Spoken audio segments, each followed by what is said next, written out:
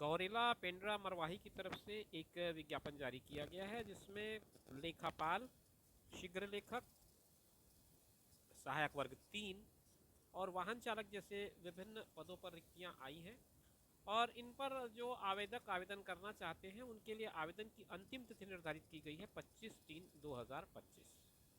दोस्तों नमस्कार, आप देख रहे हैं जीरो पीरियड। आइए बात करते हैं इसी विज्ञापन को लेकर। स्क्रीन पर जो विज्ञापन देख रहे हैं वो जिला पंचायत गौरेला पेंड्रा मरवाही की तरफ से जारी किया गया है और इसमें 10 पदों की पूर्ति के लिए आवेदन है। 1 वर्ष की अवधि के लिए संविदा आधार पर या फिर नियमित भर्ती से पहले तक के लिए ये रिक्रूटमेंट किए जा रहे हैं। इसकी डिटेल आपको इस नोटिफिकेशन में मिल जाएगी, जिसका लिंक मैं आपको डिस्क्रिप्शन बॉक्स में दे रहा हूँ। उसके अलावा जो बेसिक चीज़ें हैं, जो मूल बातें हैं, वो हम इस वीडियो में डिस्कस कर लेते हैं।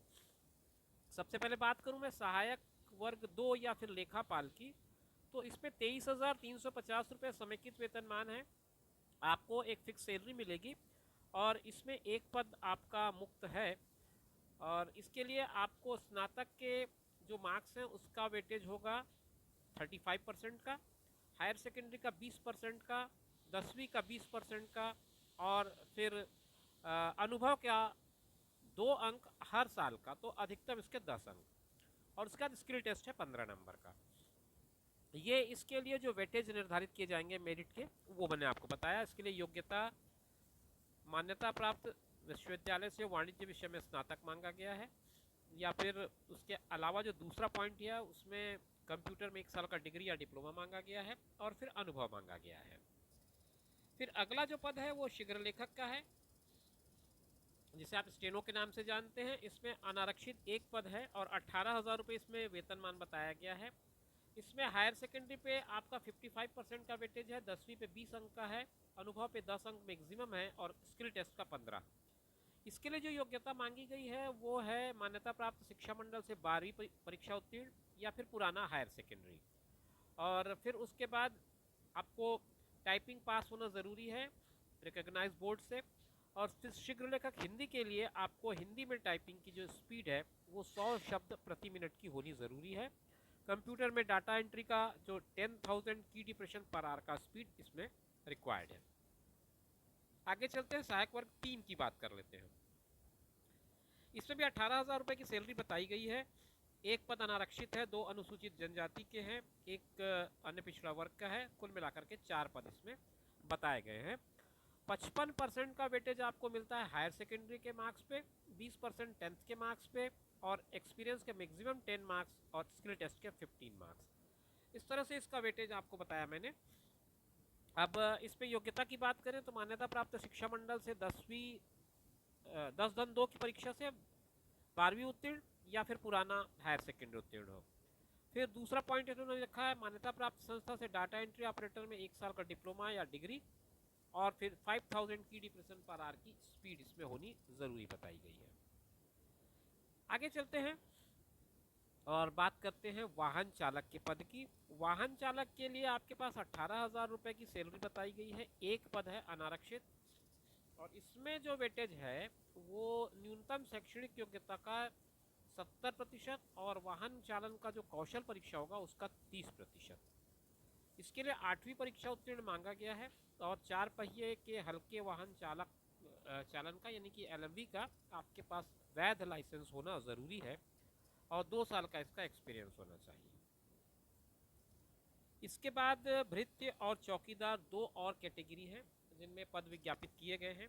तो भृत्य में 14,400 रुपये और चौकीदार में भी 14,400 रुपये की सैलरी बताई गई है और वेटेज इनके 80 और 20 के हैं। 80 और 20 कहने का मतलब है कि एजुकेशनल क्वालिफिकेशन पे 80% और 20% स्किल टेस्ट पे, ये अनुभव पे। जो वेटेज है 100% में से 80% शैक्षणिक योग्यता का है। तो शैक्षणिक योग्यता जानना ज़रूरी है। भृत्य के लिए 5वीं कक्षा उत्तीर्ण मांगा गया है और चौकीदार के लिए भी 5वीं कक्षा उत्तीर्ण मांगा गया है। इसके अलावा अगर आपके पास कोई अनुभव है जो कि शासकीय, अर्धशासकीय या फिर अनुदान प्राप्त कोई संस्था हो या शासन से वित्त पोषित कोई संस्थान हो, तो उस पर अगर आपने काम किया है तो उसमें 20 अंक इसके अनुभव के रखे गए हैं। मोटी मोटी जानकारी मैंने आपको बता दी, कुछ मुद्दे और हैं जिनको मैं इस वीडियो में आपके साथ शेयर करता चलूँगा। बने रहिए हमारे साथ, आप ज़ीरो पीरियड में हैं। आवेदन कैसे भेजेंगे, ये बहुत महत्वपूर्ण विषय है। तो मैं आपको बता दूं कि आपको एक तो सामान्य डाक से नहीं भेजना है, बाई हैंड नहीं भेजना है, आपको भेजना है रजिस्टर्ड पोस्ट से या स्पीड पोस्ट से। और ये 10 तारीख के बाद का डिस्पैच हो, इस बात को ध्यान रखें, और 25 तारीख से पहले पहुंच जाए, इस बात का भी ध्यान रखें। तो 3 बिंदु इसमें बहुत इंपॉर्टेंट है। एक तो आप डाक का अर्थ ये ना लें कि आप जनरल डाक से भेज देंगे, तो वो फिर एक्सेप्ट नहीं करेंगे। वो कह रहे हैं रजिस्टर्ड डाक से हो या फिर स्पीड पोस्ट से हो। और जो ये डेट है डिस्पैच की, वो 10 तारीख के बाद की हो। तो स्वाभाविक है, आज मैं अगर वीडियो बना रहा हूँ, आज के बाद अगर आप इसको डिस्पैच करेंगे तो 10 के बाद की डिस्पैच डेट जाएगी, 25 के पहले वहाँ पहुँच जाए, इस बात का ध्यान रखें। इसका जो आवेदन पत्र का प्रारूप है आपको इस नोटिफिकेशन के साथ मिल जाएगा। मैं नीचे आपको एक पोस्ट दे रहा हूँ, वहाँ पर से आपको ये डाउनलोड करते बन जाएगा। इसके अलावा आप चाहें तो इस वेबसाइट पे जा करके भी विजिट कर सकते हैं। आवेदन पत्र के साथ 5 रुपए का डाक टिकट लगा एक लिफाफा जरूर लगा दें, ताकि वो पत्राचार के दौरान आपके लिए काम आएगा। आयु सीमा 21 से 35 की बताई गई है। आपको छत्तीसगढ़ का मूल निवासी होना जरूरी है, उसके लिए आपको मूल निवास प्रमाण पत्र लगाना पड़ेगा। अभी यह नियुक्ति संविदा नियुक्ति है, 1 साल के लिए की जा रही है। अगर आपको जरूरत आगे पड़ती है तो आवश्यकता अनुसार योग्यता, कार्यक्षमता और वार्षिक कार्य मूल्यांकन के आधार पर ये आगे बढ़ाया जा सकता है। इसके लिए इन्होंने कुछ क्लास बताए हैं, इस क्लास को आप पढ़ सकते हैं। दोस्तों, ये आवेदन पत्र का प्रारूप है जो आप इस विज्ञापन के अंतर्गत आवेदन करना चाहें तो ज़रूरत पड़ेगी। इसमें जो चीज़ें हैं आप देख सकते हैं, यहाँ पर आपको एक फ़ोटो लगाना पड़ेगा, फिर आपकी डिटेल्स यहाँ भरने हैं, और आपने एजुकेशनल क्वालिफिकेशंस के जो डिटेल्स हैं वो इस टेबल में मर्ज कर देना है। अपना एड्रेस लिखना है, अपने मोबाइल नंबर, ईमेल आईडी, आधार नंबर, रोजगार कार्यालय का पंजीयन क्रमांक और उसकी एक कॉपी लगा दें। और उसके बाद छत्तीसगढ़ के मूल निवास का प्रमाण पत्र लगाएं। विवाहित अविवाहित का यहाँ पर जानकारी जरूर दें।